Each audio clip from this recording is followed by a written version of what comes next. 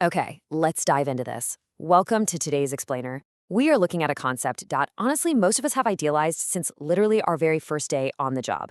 You know the dream. But today, we're going to look at the actual data to see why that old classic model of retirement might be totally broken and, more importantly, discover how we can build something so much better. So what actually happens when the calendar goes blank? Think about it for a second. It is the ultimate cultural dream, right? The gold watch, sitting on an endless beach, waking up on a random Tuesday and doing absolutely nothing.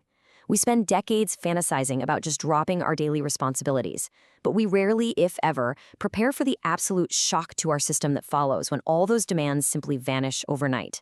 Well, the research forces us to flip that whole expectation completely on its head. Because, guys, here is the shocking reality. Rather than stepping into some paradise of endless relaxation, a sudden passive retirement actually triggers a profound and documented decline in both our physical and psychological well-being. It's a massive shock to the system. Stepping straight off the treadmill of a high-stakes career into absolute, unstructured leisure? Yeah, it doesn't usually lead to lasting happiness. It just leads to a vacuum. To avoid that vacuum, we need a solid architectural blueprint for an optimized second act. We're going to construct this step by step, covering 1. The sudden retirement trap. 2. Reframing escape to optimization. 3. Layer 1. Purposeful living. 4. Layer 2. Financial optionality. 5.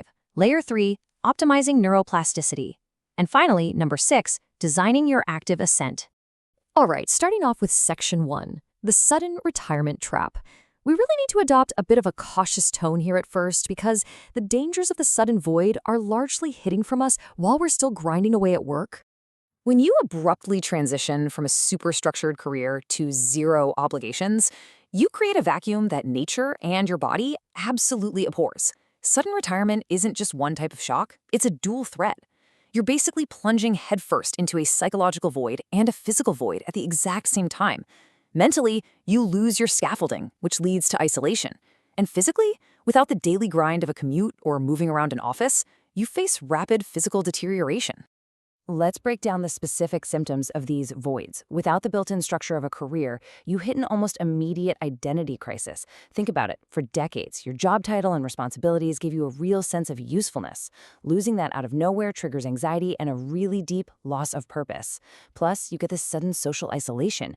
Your daily chats and intellectual sparring with colleagues just gone. Physically, you shift into a highly sedentary lifestyle. You just stop moving as much. And since your brain and body are metabolically expensive to run, this sudden drop in mental and physical demand actually signals to your body that it's time to start deconditioning. It's literally a recipe for rapid aging. But hey, it doesn't have to be this way. Let's move to section 2, reframing, escape to optimization. This is where we take back control and shift from a mindset of passive decline to a highly empowering paradigm shift. The real danger lies in how we traditionally talk about retirement. We always talk about escaping work, right? Escaping a negative. But framing your entire future merely as a relief from something negative is dangerous, because it leaves you with absolutely no positive goal to move toward. You cannot build a sustainable, flourishing second act simply by running away from your old life. You actually have to build a positive. You have to actively build something new. And that brings us to our new foundational goal. Optimization. What does that mean? Optimization means using your available resources, your newly freed up time, your money, your physical capabilities, and your cognitive function intelligently to achieve the highest possible quality of life. Looked at in this new light, work isn't the enemy. Work was just a structure. Now you are the architect. You have to consciously redesign and self-select the structures that will give you social connection and purpose. Which leads us directly into the construction phase of our blueprint. Section 3, Layer 1, Purposeful living. This is the first structural layer we're going to build, a life rich in purpose but deliberately low in chronic stress. Now, what's really interesting about this concept is how we can use the Ikigai framework to map it out. It's a Japanese framework for finding your reason for being. Finding purpose outside of a corporate profit and loss statement requires active discovery. You need to run low-stakes experiments to find that sweet spot, the exact intersection of what you love, what the world needs, what you're good at, and what you can get paid or rewarded for, even if that reward is totally non-financial, like mentoring the next generation. Purpose isn't just handed to you anymore. You've got to roll up your sleeves and actively unearth it. And as you build out this purpose, you absolutely must apply the low stress constraint. But let's be super clear here. Low stress does not mean sitting on the couch binging TV. It means actively curating conditions where you are the one in control. It's about self-selected demands. It means having total control over your schedule and your pace. It means actively seeking out strong social connections based on shared personal interests, not just because you happen to share an employer. And it means proactively immersing yourself in calming, awe-inspiring natural environments. So you're busy, sure, but you are completely in the driver's seat. That brings us to Section 4, Layer 2, Financial Optionality. We really need to completely reframe how we view the retirement financial portfolio.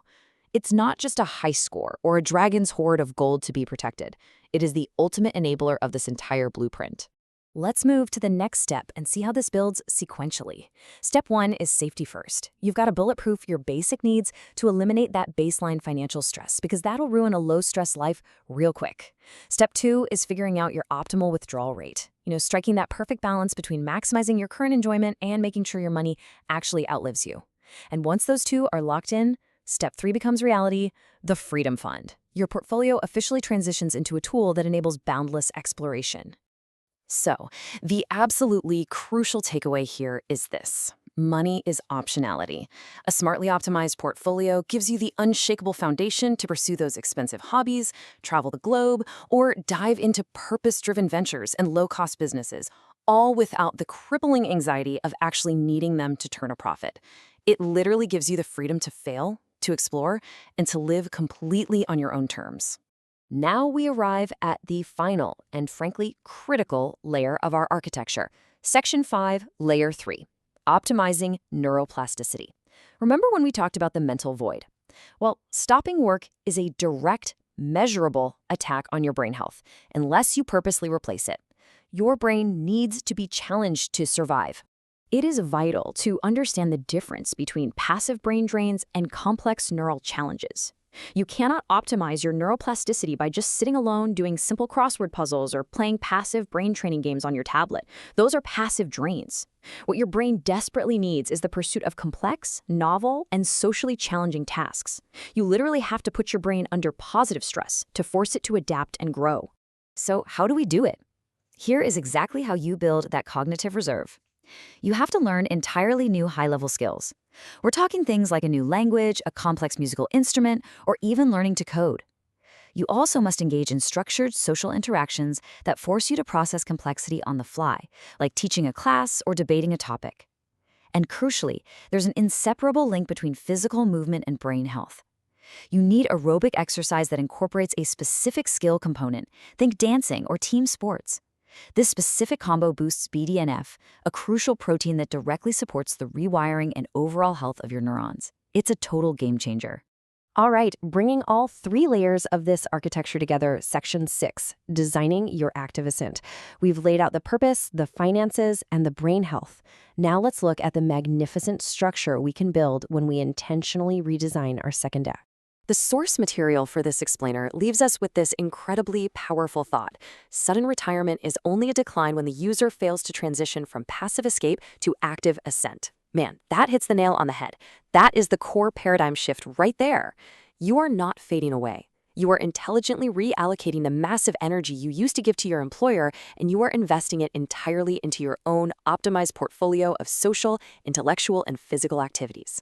So I'll leave you with this question to ponder today. Will your second act be an escape or an ascent? Look at your own plans. Look at the blueprint we've discussed. Are you just escaping into the void, or will you take control of the architecture and design a thrilling, active ascent? The choice and the opportunity for the longest, most fulfilling years of your life is entirely in your hands. Thank you so much for joining me on this explainer, and I'll see you next time.